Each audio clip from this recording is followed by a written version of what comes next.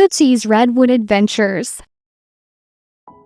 As Tootsie breathed in the cool, scented air, she realized this place was unlike any other place, anywhere.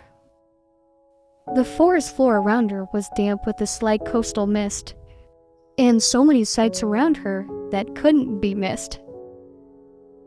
The day was just beginning, and she was ready to go. With her backpack strapped and zipper zipped, Tootsie was ready for an awesome hiking trip.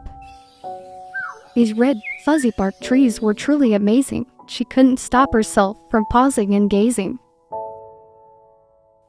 These redwood trees were special. These trees were tall, taller than any other tree on her street. In fact, the tallest in the world at a few hundred feet. These trees that reached the height of a building were something to ponder indeed.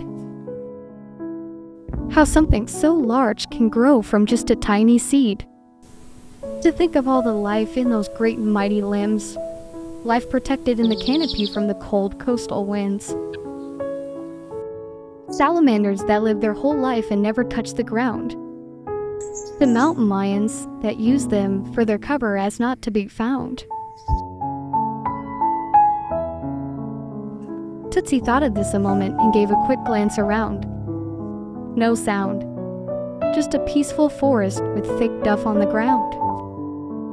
So she kept hiking that beautiful forest path with endless amounts of ferns for her to gaze at.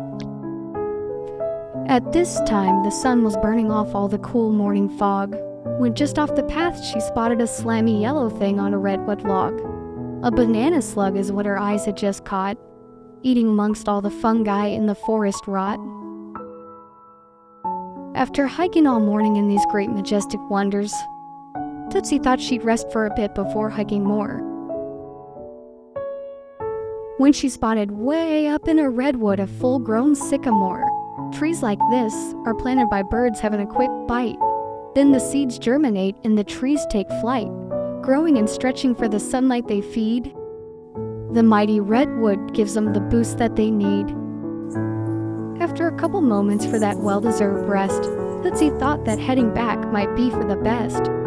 She didn't want to risk getting back after sunset. Just as she turned around, she spotted a marbled marlette.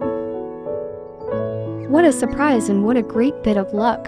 Spotting these endangered birds is really quite tough. The marbled marlette calls this forest home, and in this great big world, it doesn't like to roam.